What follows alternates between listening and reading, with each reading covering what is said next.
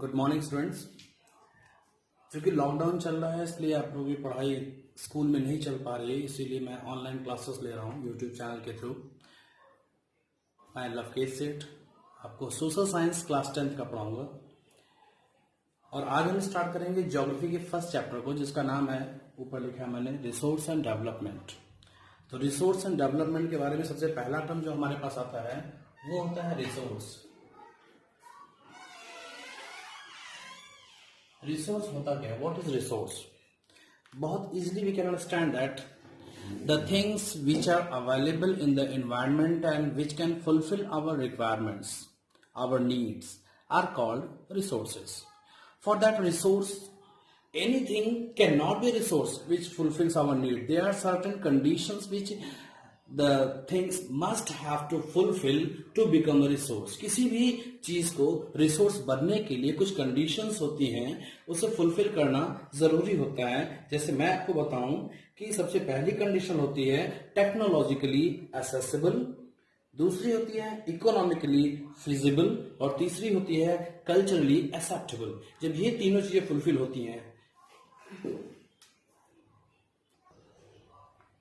Resource means we can say everything available in our environment which can be used to satisfy our needs, and the requirements which it needs to be fulfilled is, the first is it should be technologically accessible, second is economically feasible, and third is culturally acceptable, can be termed as resource. ये first point की बात करते हैं. Technologically accessible means वो resource, वो चीज जिसे use करने के लिए हमारे पास सफिशिएंट टेक्नोलॉजी है. Means with the help of existing technical knowledge we can make that thing a resource. The second is economically feasible. It means the things which is available and which can fulfill our needs, it should be economically feasible, economically affordable. It means we can afford it, we can purchase it, we can buy it. And culturally acceptable means whatever the thing is used to satisfy our need, it must be culturally acceptable. Our culture must accept these things. When these three conditions gets fulfilled by anything which satisfy our needs, that thing becomes a resource, that is known as a resource. Our next topic is classification of resources. Classification of resources is, for to understand it, we must be aware of it that resources have been classified into various groups on various bases also. So here we need to understand the bases on which the resources have been classified. So on that, the first is on the basis of origin. On the basis of origin, resources have been categorized into two groups. One is biotic and another is abiotic. Biotic and abiotic. Biotic resources are those resources which have been obtained from biosphere. The resources which have been obtained from biosphere and have life. It means they are living things. Example, human beings, animals and plants. These all things have their own life. They can survive. They can reproduce. The next is abiotic. Abiotic resources are those resources which are composed of non-living things. Non-living things. Biotic, living things. Abiotic, non-living things. Examples of abiotic resources are rocks, minerals, air, water. The next is on the basis of exhaustibility. Exhaustibility means the rate at which they get exhausted, they get over, they get finished. On the basis of exhaustibility, the resources have been classified into renewable and non-renewable. Renewable resources are those resources which can be reproduced or renewed.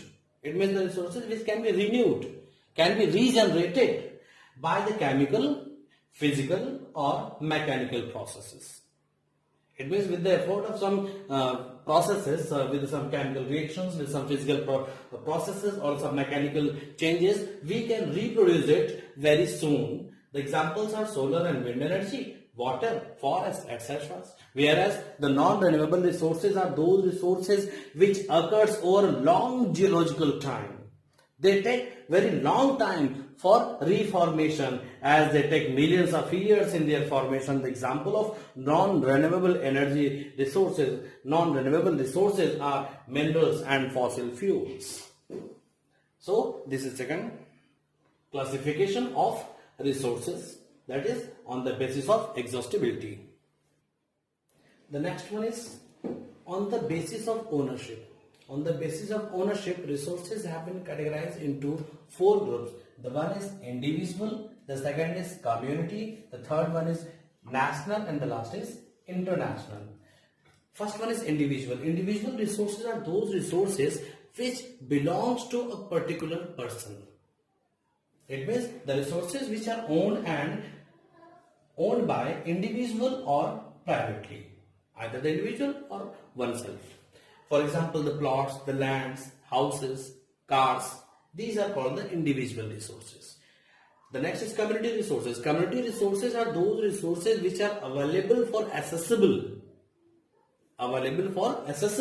to all the members of community, of a single community, किसी भी community के जितने भी members होते हैं उन सभी members को यूज करने के लिए रिसोर्सेज जो अवेलेबल होते हैं, such resources are called community resources. For example grazing grounds, burial grounds, cremation grounds, village ponds, etcetera. The next is national resources. National resources are those resources which are found within the political boundaries.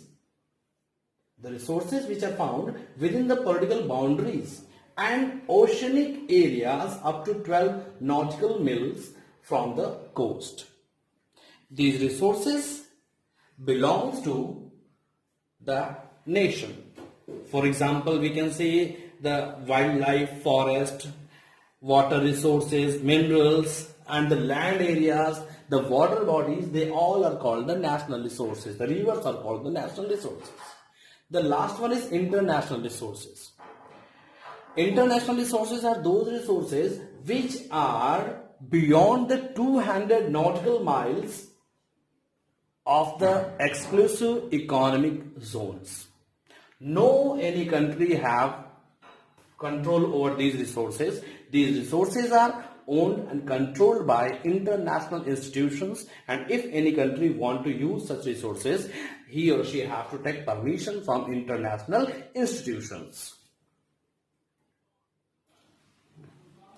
The next is on the basis of status of development. This is the last category, the last basis on which the resources have been classified. On the basis of status of development, the resources again have been categorized into four groups, that is potential resources, developed resources, stock, and reserves. First of all, we will talk about the potential resources. Potential resources are those resources which are found in the environment, but we are not using them because of lack of some resource, some financial support, some capital, and some other means. Just like these resources are found in a region but not being utilized due to lack of capital or other reasons. Example, we can say the wind energy of Rajasthan, Gujarat.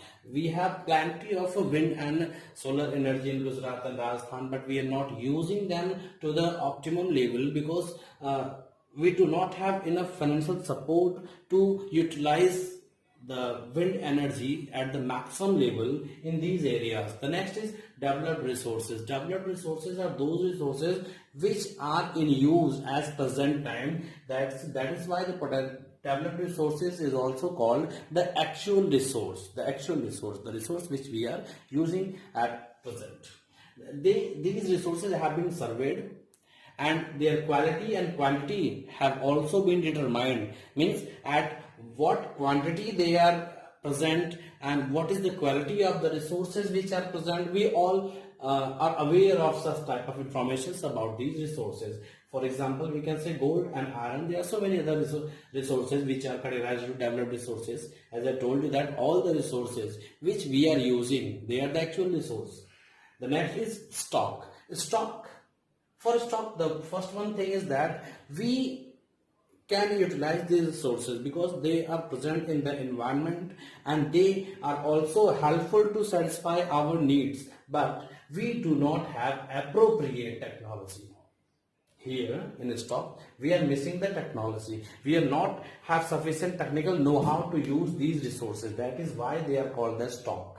For example, separately, if we talk about the gases, the oxygen and hydrogen, which is present in the environment, we can use them separately. Oxygen we can use, hydrogen we can use. But if we talk about the water, water is also consists of oxygen and hydrogen. As we know, H2O. H2O is the formula of water. But here from the water, we cannot separate the hydrogen and oxygen to utilize them individually, as we are using the oxygen and hydrogen from the air.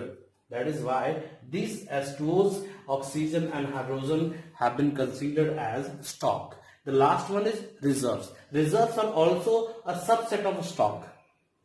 But the difference is that we here in reserves, we have appropriate technology. In stock, we do not have sufficient and appropriate technology. But in reserves, we have appropriate technology. But we are not, even after having appropriate technology, we are not using these resources. Only because we can use these resources for the future requirements. It means the resources for which we have sufficient technology, but we are not using them only for the future requirement. Such type of resources are categorized under the reserves. For example, stored waters of dam. In dams there are so many waters, but we are not using all the waters at present. Few of water have been reserved for future requirements. Dear friends, I hope today's information is helpful and useful for you. For the next topics video, you can wait for next day.